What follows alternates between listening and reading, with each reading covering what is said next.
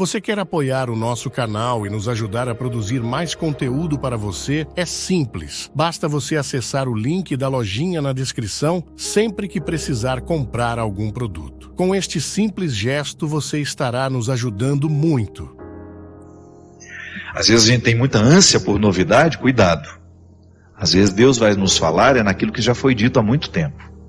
Às vezes nós temos muita ânsia de novidade, nós queremos sempre uma coisa nova, e nós nos esquecemos que às vezes Deus nos fala nas raízes, naquilo que já está ancorado há muito tempo na nossa vida, naquela palavra que nós recebemos do Padre que nos atendeu na primeira confissão lá na nossa infância, ou naquela pregação que foi inicial no nosso processo de conversão. Nós precisamos voltar a essas origens.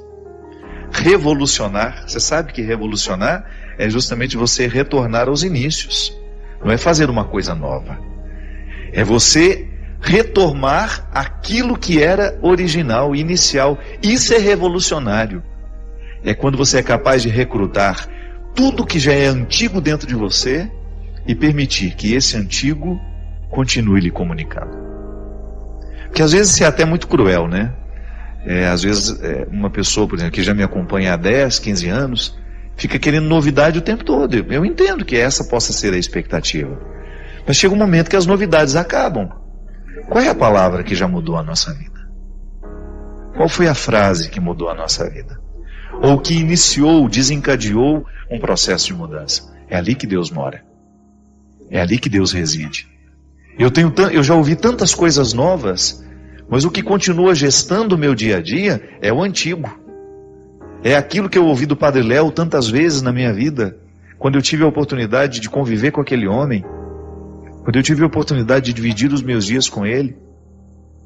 Quantas vezes eu me pego renovando a minha vida a partir de conselhos do Padre Joãozinho. O Padre Joãozinho sempre foi uma pessoa muito amiga, muito próxima a mim. Muito embora eu não more com ele hoje, ele continua dentro de mim através de todos os conselhos que dele eu ouvi. Eu sempre digo isso, tudo o que aconteceu na minha vida, Padre Joãozinho que me ajudou a abrir as oportunidades. Mas esse homem falou muita coisa para mim que eu jamais poderei me esquecer. Uma delas, quer ser um padre comunicador? Estude todos os dias da sua vida. Porque comunicação é uma coisa que a gente aprende. Você aprende a falar diante da televisão, você aprende a falar no rádio.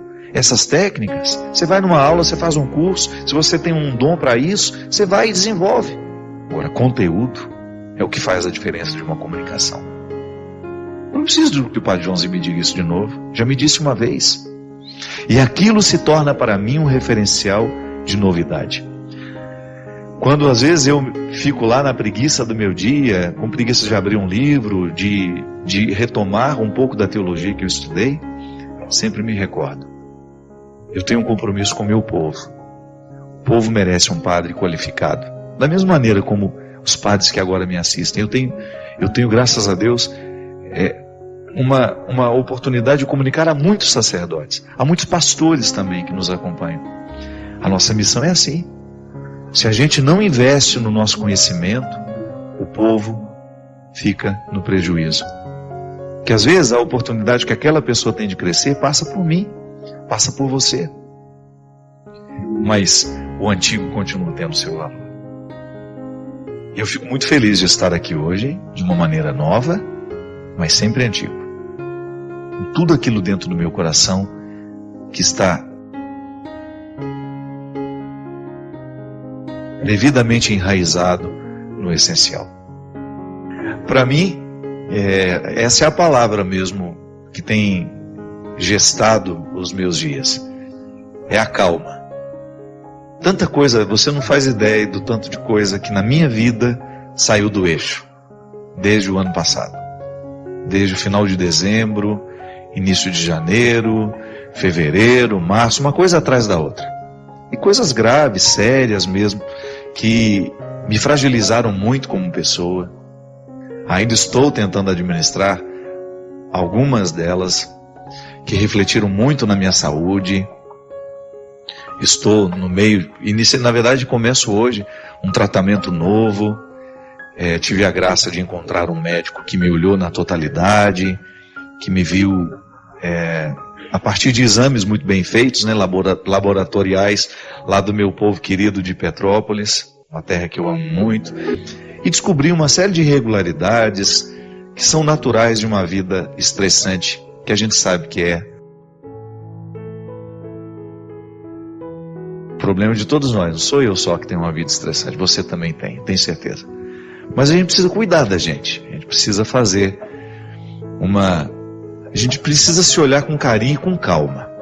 Às vezes a gente se olha com pressa demais.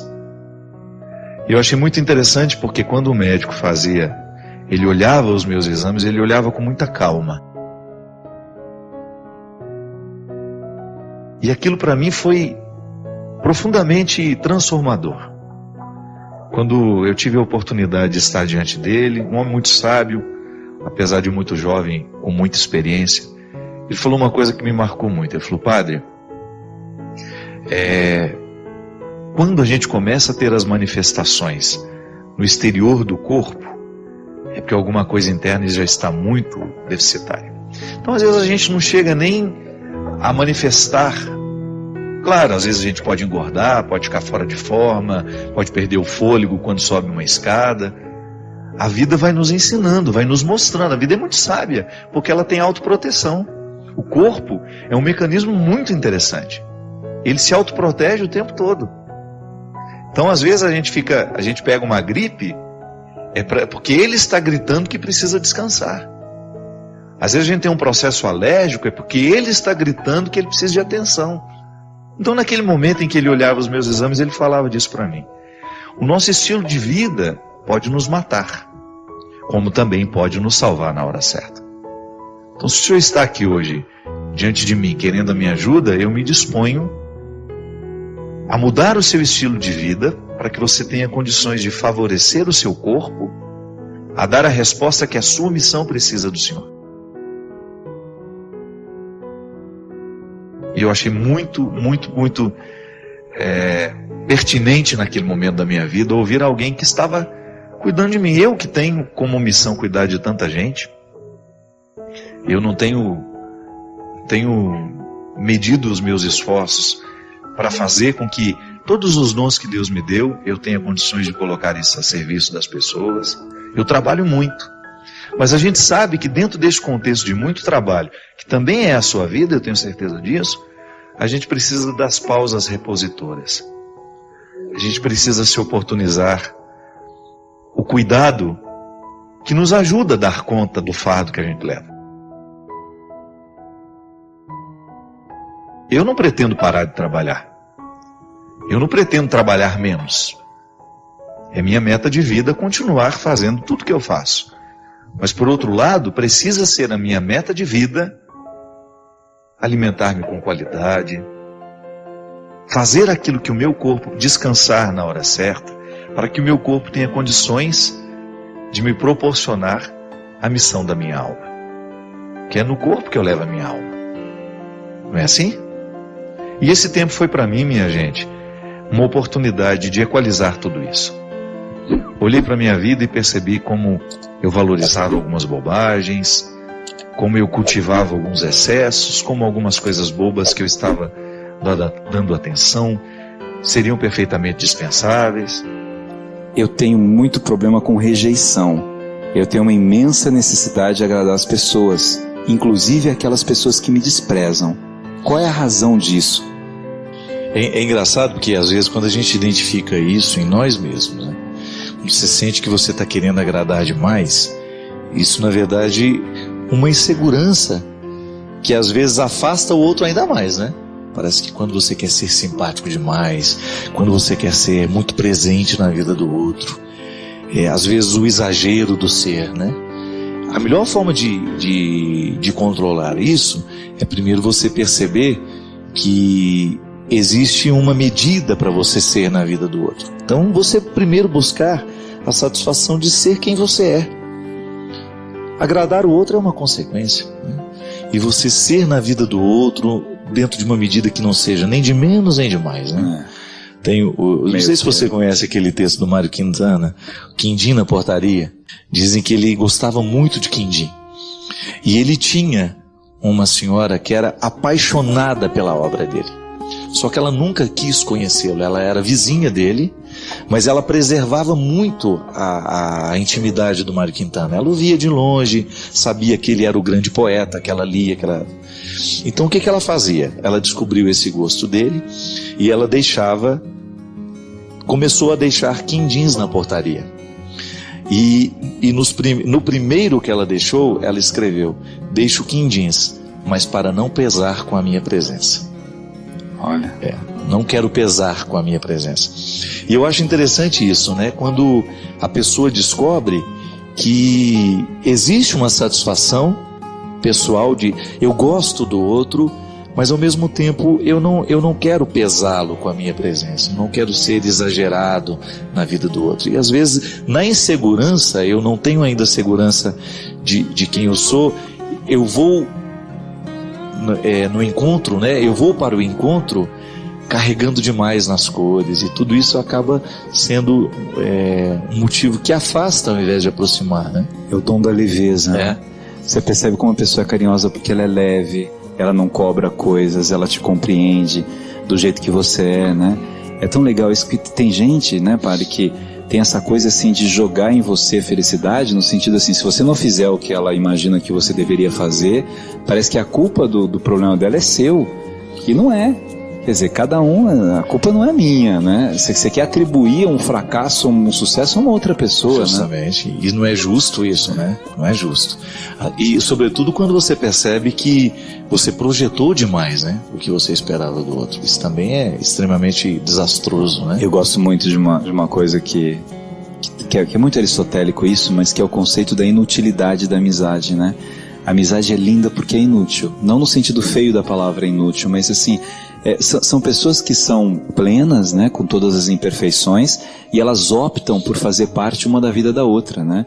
Um ajuda o outro porque não por uma utilidade. Quando eu sou amigo de alguém por utilidade, eu não sou amigo de alguém. Eu sou seu amigo porque você pode me ajudar com isso, assim, assim. Sou seu amigo porque você tem uma faculdade e eu quero arrumar um emprego. Eu sou seu amigo porque você é dono de uma empresa e pode não sei o quê. Eu sou seu amigo porque você tem um barco e eu gosto de andar de barco. Então, eu não sou seu amigo. Eu sou seu amigo porque eu sou seu amigo. As coisas que você me proporciona, né? Muitas vezes, né? A pessoa fica interessada no que o outro proporciona. Às vezes porque você tem um certo reconhecimento, as pessoas querem estar do seu lado, né? E aí é triste, padre, porque nos momentos, às vezes, que você mais fica sozinho, isolado. Hoje eu vi uma coisa que eu vou dizer aqui. Eu tenho profunda admiração pelo padre Júlio Lancelotti, o senhor também tem, né? E padre Júlio, assim, eu aprendi a admirar cada vez mais por vê-lo cuidar de moradores de rua. E assim, e aí eu vejo que os moradores de rua o conhecem pelo nome, tomam a bênção dele, então é sinal que ele fica lá, que ele fica com eles, que ele cuida. Não é marketing, Aí né? o padre Júlio falou assim: olha, Chalita, eu aprendi a amar o padre Fábio, porque assim, nos momentos mais difíceis da minha vida, quando as pessoas me julgaram de uma forma precipitada, quando as pessoas não me compreenderam, né? Eu via o programa dele e eu olhava assim, eu sentia que Deus falava pro meu coração por meio dele, pela vida sacerdotal dele, e eu ficava mais sacerdote, mais padre, né? Isso é tão bonito, né? E a forma carinhosa como o senhor tratava. Vou jogar confete no senhor, assim, mas uma das coisas que eu acho mais bonito na sua forma de falar da palavra de Deus é quando você fala daquela mulher pecadora que sabia que ia morrer, que estava condenada, e que Jesus, daquela forma magnífica, olhou profundamente nos olhos dela, né? Não desafia a lei, não fala nada, só dá um detalhe de amor, né? Quem não tem pecado atire a primeira pedra. Isso é lindo. Tudo. Quando a gente entra nesse mundo, inicia-se a necessidade de sermos educados. A antropologia cristã nos diz de maneira linda que nós nascemos indivíduos. O que é indivíduo? Aquele que não é capaz de separar-se de si. O indivíduo está absolutamente limitado. Ele não sabe sair dele. Mas a nossa vocação é ser pessoa. E a antropologia cristã nos diz que nós só somos pessoas quando nós estamos na posse do que somos, e estando na posse do que somos, nos damos aos outros. É isso que faz a gente ser pessoa. Mas é o movimento. Não é somente quando você se tem, que você já ouviu muitas vezes isso, que você não pode dar ao outro aquilo que você ainda não tem. Não é verdade? É uma regra da vida. Quem não se tem, não vai se dar a alguém de maneira bonita. Mas também não é somente se tendo que você é pessoa. Da mesma forma como também não é somente se dando que você é pessoa. A antropologia cristã nos diz que nós somos pessoas quando nós vivemos um movimento de nos termos e nos darmos. Mas a gente precisa ser educado para isso. Quando você era criança, você era incapaz de dividir qualquer coisa. Você não compreendia nem a sua mãe como uma outra pessoa. Você achava que a sua mãe era uma extensão das suas necessidades. Tanto é que há uma fase da nossa vida que a gente quer incorporar o mundo pela boca. A gente quer mastigar tudo, porque tudo a gente interpreta como uma parte nossa. Você nunca considera que aquela mordida pode doer na sua mãe. Você é incapaz de esperar que sua mãe termine de tomar um banho para levar o seu alimento, ou o cobertor do seu frio, a água da sua sede. Sabe quando você começou a ser educado? Quando você começou a entender que quando a gente tem um brinquedinho, a graça de ter um brinquedo é quando a gente brinca com alguém. Quando a gente divide o que a gente tem com alguém. O primeiro movimento nosso é sempre individualista. Não é nenhum problema, é fase normativa na psicologia, a gente chama. Você tem que passar por ela. Mas se não estiver alguém atento a esse momento de educar você, para que no momento que você entende os primeiros passos da solidariedade, você nunca será capaz de ser uma pessoa inteira. Não. Será sempre marcado pelo egoísmo de querer tudo para você, de querer tudo na sua hora, tudo no seu tempo. Quando nós compreendemos quem somos como pessoas, você vai aprendendo a se dar. É por isso, minha gente, que ter uma casa, um lar, que é muito mais do que um aglomerado de paredes, eu costumo dizer que o lar é um sentimento que nos ocorre. É uma intimidade que você percebe imediatamente quando você entra lá dentro.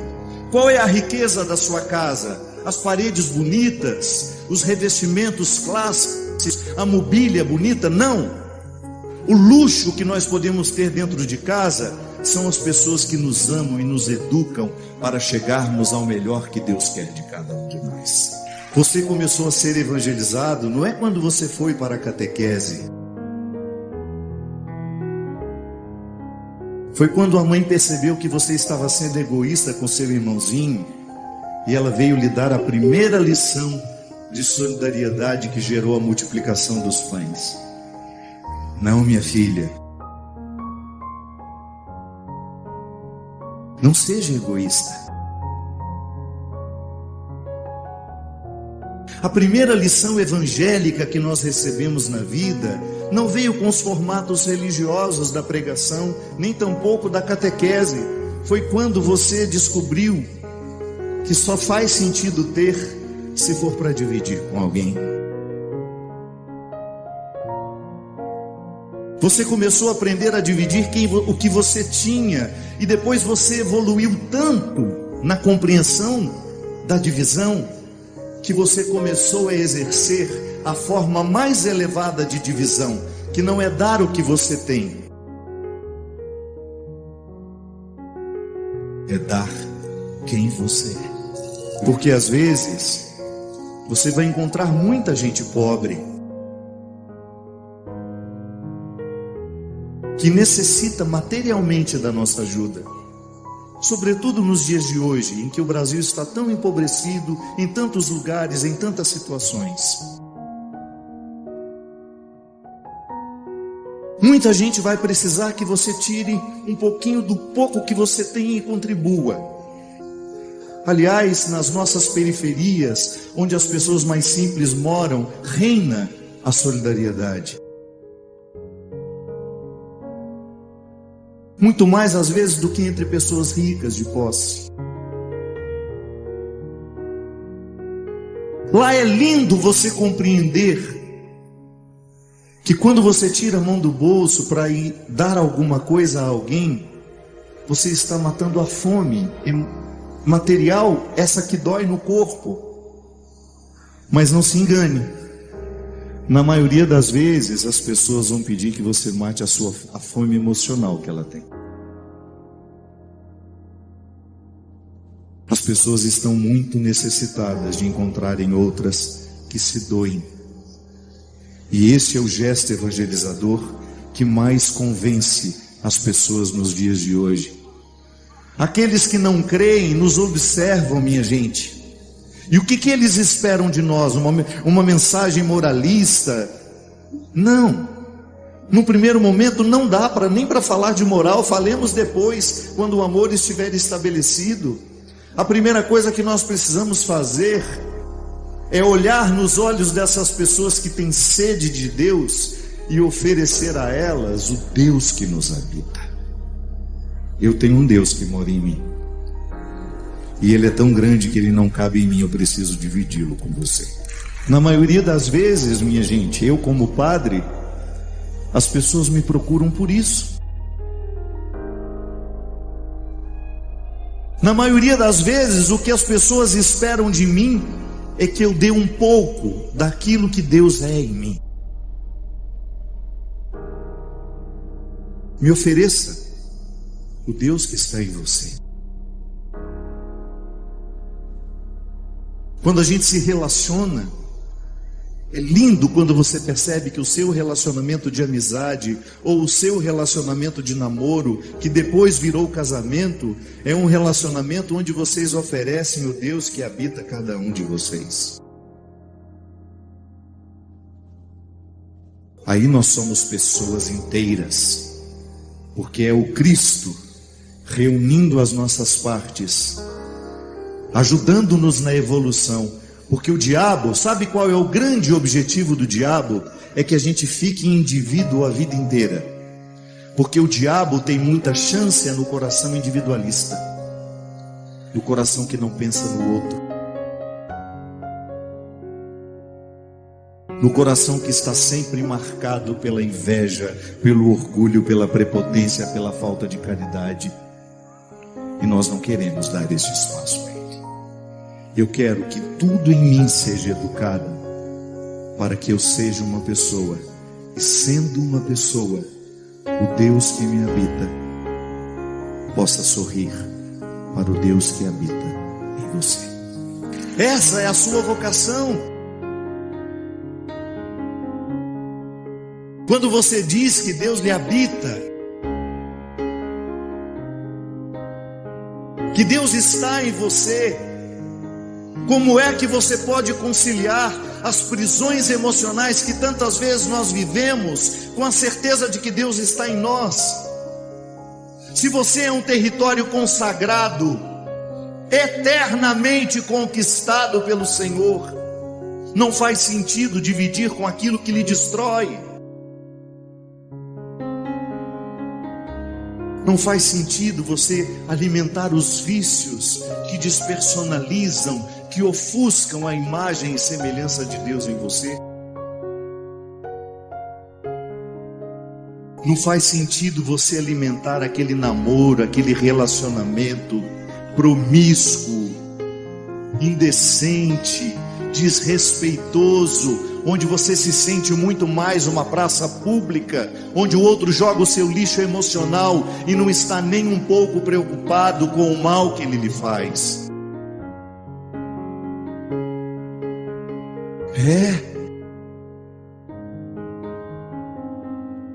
é libertação. Às vezes o que Deus espera de nós é que você termine aquele relacionamento que está ofuscando a imagem e semelhança dele, porque você não pode estabelecer vínculo com ninguém que não queira para você o mesmo que Deus queira. Gostaria de saber, já que segundo o Apocalipse o mundo vai acabar, ele vai acabar mesmo? E se Deus vai voltar para levar para si um povo escolhido por Ele, qual é a característica deste povo? Por favor, me indica na Bíblia uma resposta. Veja bem, todo o Apocalipse está escrito a serviço de uma comunidade, já disse isso daqui. O que é a finalização do grande reino, né? É a queda do Império Romano. Para a comunidade de São João, o mais importante é acabar com o Império Romano, o domínio do Império Romano. Então todas aquelas profecias apocalípticas, elas estão diretamente ligadas a uma realidade histórica, uma necessidade de libertação do povo com o poder romano. É claro que isso tem repercussões escatológicas, né? Não é apenas a leitura histórica. O que é uma leitura escatológica? É a gente pegar aquilo que era deles e nós fazermos a leitura para nós hoje. Quando nós falamos de final do mundo, hoje nós também estamos falando de um processo de caos que o universo vai vivendo e que daqui a pouco a vida humana está impossibilitada. Isso é uma coisa. Falar no fim desta matéria. Outra coisa é você falar do fim do mundo naquilo que tem conotação que Jesus fala no Evangelho de São João. Nós estamos no mundo, mas não podemos ser do mundo, né? Vamos trabalhar essa expressão como sendo o fim do mundo a que se refere o Apocalipse é justamente essa finalização de tudo que é ruim e que precisa terminar, porque a experiência do mal no mundo vai levando o mundo para o caos. A experiência do mal vai fazendo com que a realidade volte a ser caótica, porque o mundo é aquele que está na ordem, o imundo é o que está fora da ordem. O Apocalipse ele é uma palavra que está sempre a serviço deste imundo que precisa voltar a ser mundo, daquilo que está fora da ordem e que precisa ser reestabelecido. E aí nós temos então uma esperança da parousia, de que Jesus voltará, que é uma esperança escatológica, mas é também histórica. Sobre este retorno escatológico eu não sei lhe dizer muita coisa, porque até mesmo a Sagrada Escritura fala disso. Não sabemos quando nem como será. Quando é que Jesus volta ao mundo? Quando eu, como pessoa, assumo o compromisso e a responsabilidade de sê-lo de novo. Quando eu, como pessoa, assumo em mim a responsabilidade de ser Jesus para aqueles que estão do meu lado. Jesus voltou. Não estou falando de uma volta escatológica sobre aquela que é essa que você me pergunta. Eu não sei como será, como se dará, porque não temos uma revelação sobre isso. Mas sobre esse retorno na história, sobre isso nós podemos falar. E isto é matéria humana. Eu sempre gosto de dizer isso, gente. Eu não fico falando daquilo que eu não sei. Eu não vou ficar fazendo perguntas para mim sobre aquilo que eu não sei responder. É como que será depois que eu morrer? Não adianta eu ficar fazendo essa pergunta só morrendo para saber. É uma pergunta absolutamente infértil. Eu querer saber como será depois da minha morte, eu não posso. O máximo que eu posso fazer é sonhar, é ficar imaginando, mas isso não é resposta plausível. Agora, como é a minha vida, sobre isso eu posso falar. Como é a sua vida, sobre isso você pode falar. Então, se você não tem condições de ocupar-se de como será a sua morte, de como será depois que você morrer, ocupe-se daquilo que você pode. E muitas vezes nós perdemos um tempo danado fazendo esse tipo de pergunta para nós. E às vezes a gente perde a qualidade da nossa vida projetando a nossa preocupação o tempo todo nesse fim do mundo anunciado. Eu não me ocupo dessa realidade. A única coisa que eu permito desse fim do mundo que venha para dentro de mim, sabe o que é? É a urgência de eu fazer hoje aquilo que eu preciso fazer. Eu saber que Jesus vai voltar e que pode ser a qualquer momento, me coloca numa perspectiva de vigilância. Então eu quero ser um bom homem hoje, você pode ser uma boa mulher hoje, Vamos ser o melhor ser humano que nós pudermos hoje, por uma razão simples: Jesus está voltando. E no momento em que eu me organizo como pessoa, que eu saio do caos, que eu deixo de ser imundo, eu entro nessa perspectiva do reino de Deus. E isso é muito bonito. O caos que o mundo está, essa poluição que o mundo tem, esse problema ecológico que nós vivemos, é também um problema humano. Nós não podemos negar que as nossas geleiras também estão inundando a nossa vida. Nós também não podemos negar que o nosso clima está complicado, que você também tem tempestades dentro de você, que você também vive o perigo constante de furacões que quase te derrubam como pessoa. Não é só a Califórnia que pegou fogo, não. Tem muita gente com fogo interior acabando, destruindo tudo, queimando tudo. O fogo do ódio, o fogo do desamor. Tem muitas geleiras caindo, muita gente sendo destruída por essas enchentes tenebrosas, terríveis. As enchentes dos nossos ódios, da nossa preguiça, da nossa insatisfação, da nossa frustração. Minha gente, os problemas ecológicos do mundo, eles acontecem e estão presentes o tempo todo. Mas eu arrisco a dizer que hoje o problema humano é muito pior do que tudo que está acontecendo em volta de nós. E aliás, o que está acontecendo em volta de fora é apenas uma consequência da desordem interior. Foi justamente a ganância por um mundo novo que fez com que o homem destruísse a estrutura de mundo que nós temos. Então, se o mundo hoje está imundo, se hoje a poluição está tomando conta das nossas cidades, é porque nós estamos poluídos por dentro também. A nossa mentalidade está poluída, nós estamos maldosos demais, nós estamos buscando o mal o tempo todo, nós estamos fazendo opção pelo mal o tempo todo. E aí, as catástrofes, essas que destroem as cidades, elas acontecem com a mesma intensidade dentro de nós. E você sabe muito bem disso. Não estou falando de uma teoria. Você também deve ter sido em algum momento da sua vida vítima das suas tempestades interiores. Não foram poucas as vezes, não é verdade? Não foram poucas as vezes que você também teve a sua Nova Orleans aí totalmente inundada. Não foram poucas vezes em que o seu coração ardeu, sofreu com os fogos que são próprios do mundo de hoje, com as injustiças que são próprias do mundo de hoje, com os sofrimentos que são próprios dentro do mundo de hoje, e você queimou e você destruiu as suas moradas, assim como a Califórnia também foi destruída pelo fogo que arrasou aquela região. A vida é assim, minha gente.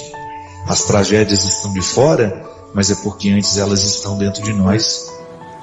E as tragédias acontecem de fora à medida em que a gente não cuida das nossas tragédias interiores. Volte à simplicidade.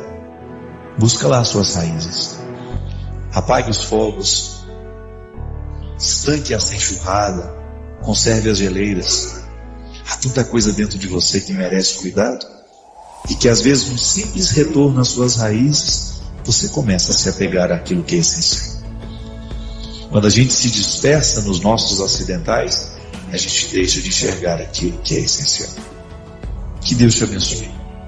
Que Deus te ajude a reconstruir a sua cidade interior tão devastada, tão destruída, tão estragada às vezes. E seja feliz na medida que você pode. Uma certeza eu tenho, você merece.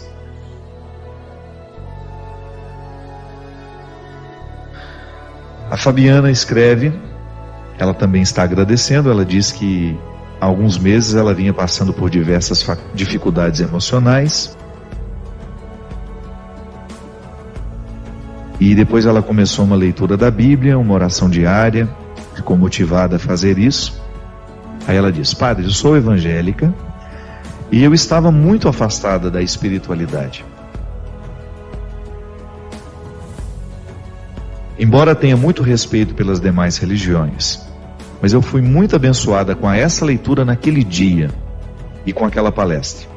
Eu senti em meu coração a libertação de muitas amarras que me afastavam dessa felicidade, onde eu pude vivenciar o significado da frase: conhecereis a verdade e a verdade vos libertará. Sou grata a Deus e a sua pessoa por esse momento. Que Deus o abençoe sempre em sua missão, e todas as pessoas, porventura, passarem pela sua vida, também, disse, as pessoas que ouvirem o testemunho dessa mensagem. Muito obrigado, Fabiana. Obrigado pelo seu testemunho. Que bom, minha filha. Toda vez que a gente se dispõe a estar em contato com a palavra de Deus, e a gente permite que essa palavra nos ilumine, que às vezes você pode ler e não permitir que ela te ilumine. A palavra de Deus, quando nós abrimos o nosso coração para ela, o Espírito age em nós, sim. E às vezes é uma frase só. A sua rema naquele momento foi uma única frase que provocou dentro do seu coração um movimento. É assim que começa. As grandes conversões costumam começar com uma revolução de uma frase. Uma frase revoluciona o nosso coração, e a partir daquela revolução a gente vai se encaminhando para outras transformações, e quem leva isso a sério nunca termina. A gente vai morrer sem ter finalizado o processo da conversão. É interessante como algumas coisas se resolvem dentro de nós assim, não é? De repente, aquela pessoa é tão pesada para você, e você vai fazendo um trabalho com aquela pessoa, você vai pedindo a Deus condições de compreendê-la, de acolhê-la. De repente você tinha tantas mágoas dela, tantos ressentimentos. Eu particularmente sou assim. E você vai caminhando naquilo que antes é escuro, difícil, pesado, e um belo dia você acorda com o coração todo leve. Isso é um fruto da verdade em nós. Porque qual é a verdade que deve prevalecer? Que tudo isso é muito e que tudo isso é bobagem. Que não vale a pena guardar rancores, que não vale a pena guardar ressentimentos. Todo mundo sabe disso. A ciência nos prova que guardar mágoas e ressentimentos adoecem o nosso coração. Adoece o nosso coração. Mas não basta saber. Eu já tenho conhecimento da verdade, mas eu ainda não sei praticar essa verdade. Aí você vai, de repente, num determinado momento da sua vida, tudo aquilo cai por terra, você é capaz de olhar nos olhos daquela pessoa, pedir perdão, conceder perdão, e você percebe que realmente foi a melhor coisa que você fez. A verdade nos iluminou. Está vendo como saber a verdade não é o suficiente? Ter o conhecimento da verdade não é o suficiente. É preciso que a gente tenha coragem de caminhar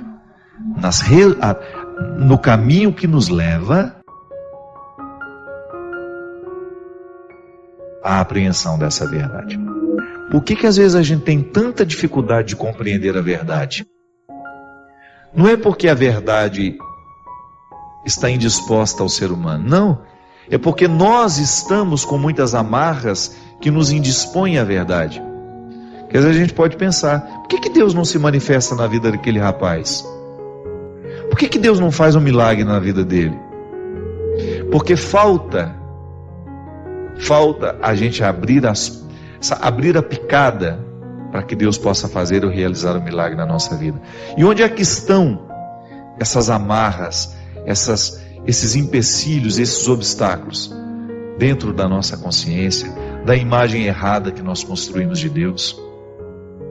Gente, boa parte das pessoas religiosas que eu conheço vivem culpadas. Se sentem culpadas o tempo todo.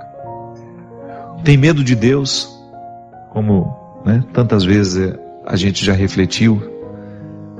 Esqueceram de nos dizer que Deus é amor. E a gente passou a nossa vida religiosa assim, vivendo as obrigações da religião. Porque às vezes a gente passa boa parte da nossa vida, do nosso tempo, a gente perde, digamos assim, com os estereótipos de Deus. E às vezes a gente não acredita em Deus. A gente viu uma máscara que eles falam que é Deus, e a gente acredita naquela máscara. Não.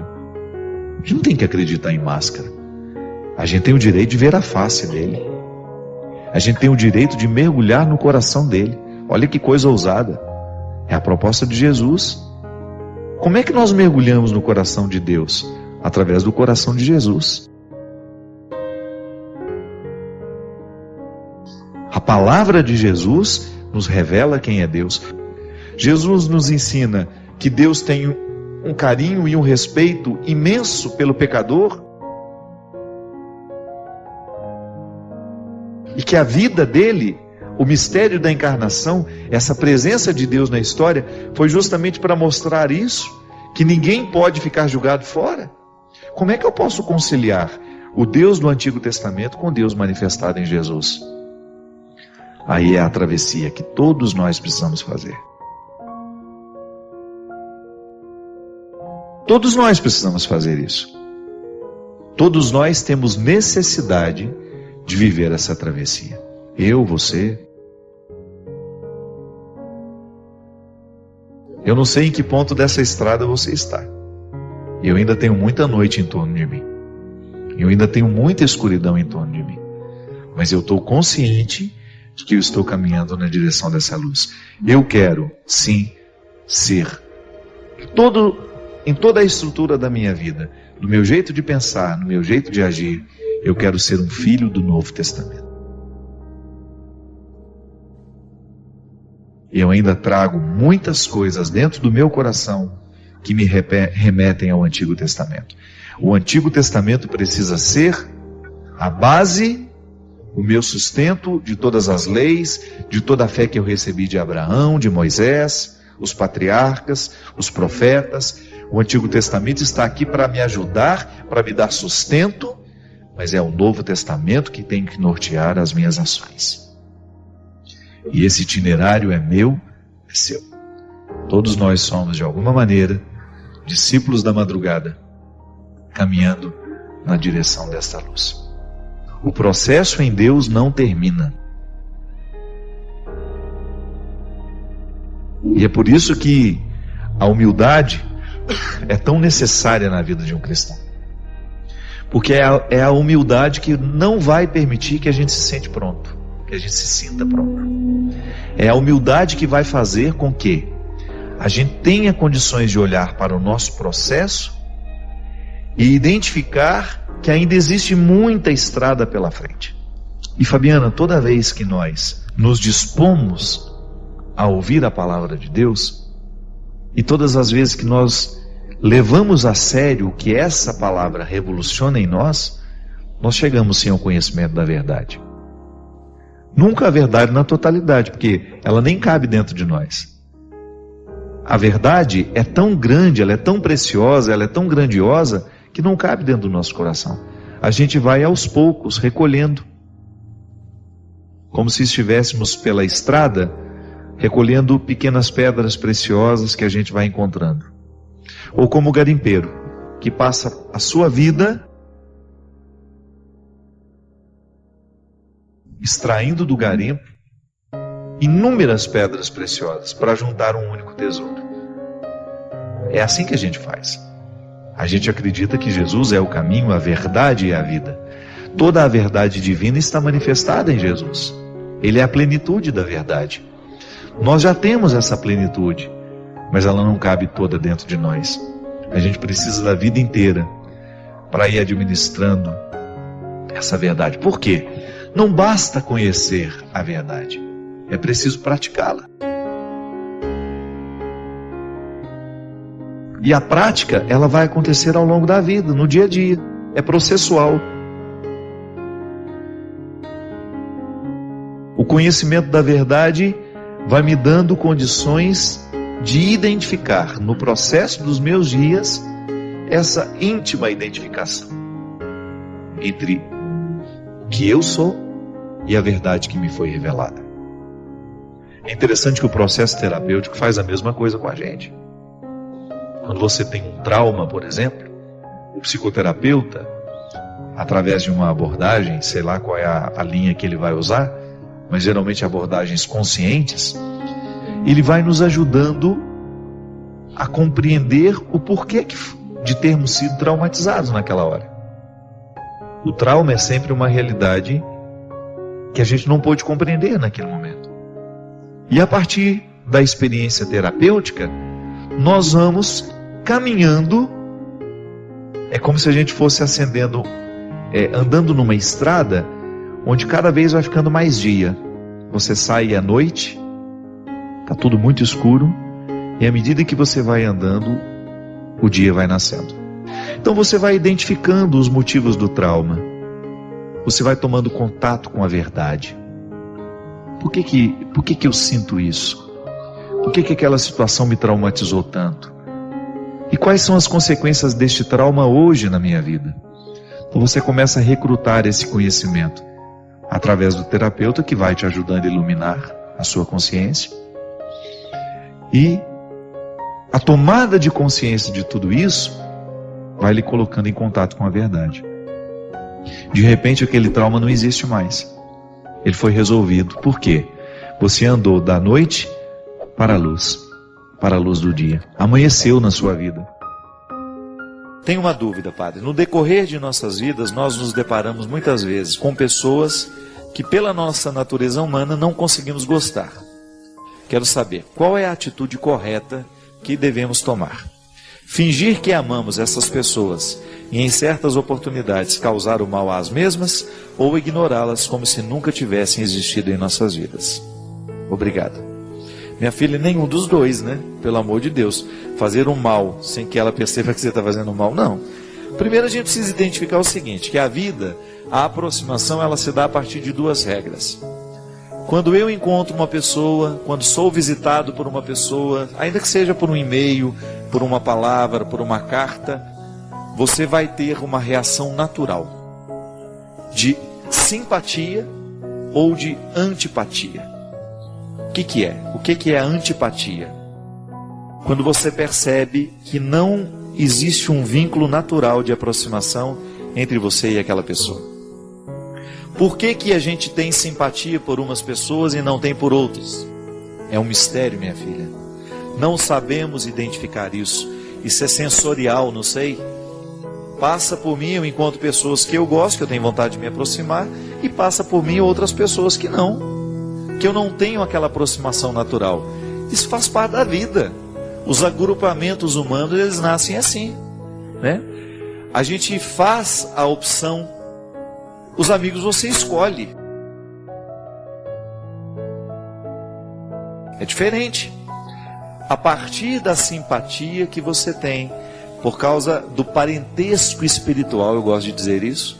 Eu acho que quando a gente ama alguém, ainda que você não tenha motivos para isso, você gosta naturalmente daquela pessoa, você gosta de ouvi-la, você gosta de estar com ela, é porque existe um parentesco espiritual natural. Agora pode ser que isso não seja recíproco. Então cuidado, porque às vezes você fica insistindo num parentesco que só tem do seu lado. Volto a dizer, a amizade é uma escolha. Você escolhe os seus amigos. Parente não, por exemplo. Você não escolheu seu irmão, você não escolheu sua mãe, você não escolheu seu pai. Só que dentro da nossa casa, a gente tem que conviver. Então nós precisamos buscar os recursos para nos ajudar a vencer essa antipatia natural. Por quê? Porque ele é meu irmão, é minha mãe, é meu pai. E se eu não tenho um movimento natural de amor e de carinho por essa pessoa, por causa da minha situação, por causa da minha proximidade, eu vou ter que buscar contornar e pedir a Deus a graça, né? Através de oração, através de uma postura amorosa que você vai ter, de um cuidado maior que você vai ter com aquele relacionamento que é mais difícil. Minha gente, é engraçado, né? Porque às vezes a gente acha que isso não existe, mas existe. Às vezes a mãe tem isso com o filho. Às vezes a mãe, por mais que ela diga que não, ela tem um movimento mais natural em relação a um filho do que a outro. Então é aí que vem o cuidado. A mãe não tem o direito de protelar filho nenhum. São filhos e você vai ter que de alguma maneira suprir a necessidade de amor que esses filhos têm. Agora, Você vai ter que viver esse conflito interior aí, de como é que você vai administrar a sua preferência. Eu não estou aqui para dizer que existe ou não existe a preferência. Estou aqui para refletir que quando eu identifico que eu naturalmente prefiro alguém dentro da minha casa, eu preciso tomar cuidado para que essa preferência que eu tenho por aquela pessoa não venha anular ou prejudicar a minha capacidade de amar os outros. Então tá bem, os seus amigos você escolhe, você vai ser norteada por essas regras de antipatia e simpatia. Tá bom, padre, mas e dentro do meu trabalho? Eu não tenho como escolher as pessoas que ficarão na mesma sala que eu. A regra vale para a mesma situação. A regra tem que valer. Por quê? Eu preciso diminuir esse estresse que me causa. Gente, conviver com antipatia causa um estresse danado em nós. Você sabe muito bem do que eu estou falando. Você sabe o quão é difícil ter que lidar com uma pessoa que você não engole. Parece que tudo que ela fala te agride. Parece que a maneira como ela se porta te incomoda. São situações humanas que muitas vezes nós não temos controle. Eu particularmente eu reconheço em mim o que muitas vezes me afasta de pessoas. Minha filha, quer me mandar embora é me cobrar. Ah, aquele dia você me viu e não... não. Eu faço isso com o outro e não tolero que façam comigo. Eu acho que tudo é natural. Eu ser cobrado de uma obrigação que eu tenho, tudo bem.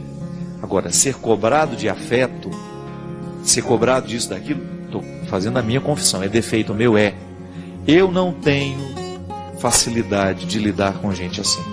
Eu gosto de relacionamentos naturais, onde não existe forçação de barra e nem tampouco existe o exagero. Eu sou assim. Nasci assim, cresci assim e me aproximo naturalmente de quem me trata assim. Pronto, esse é meu jeito de ser. Essa é a minha dificuldade. Agora você tem que saber quais são as suas. O que te aproxima e o que te afasta. E descobrir ali naquele ambiente de trabalho o que você precisa fazer para que você diminua essa dificuldade e que você comece a estabelecer laços. Que você precisa trabalhar com aquela pessoa.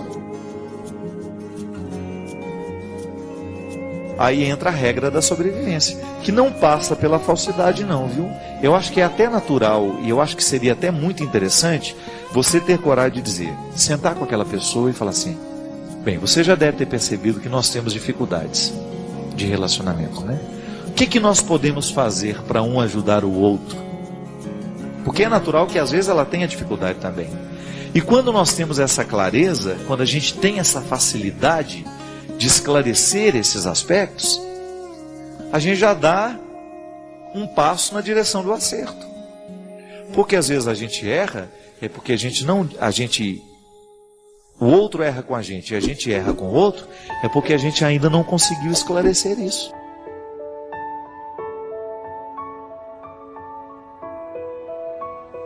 Obrigado por se juntar a nós nesta busca pelo conhecimento e pela fé. Compartilhe suas reflexões na seção de comentários, inscreva-se para mais jornadas e convide outros a se juntarem a esta aventura.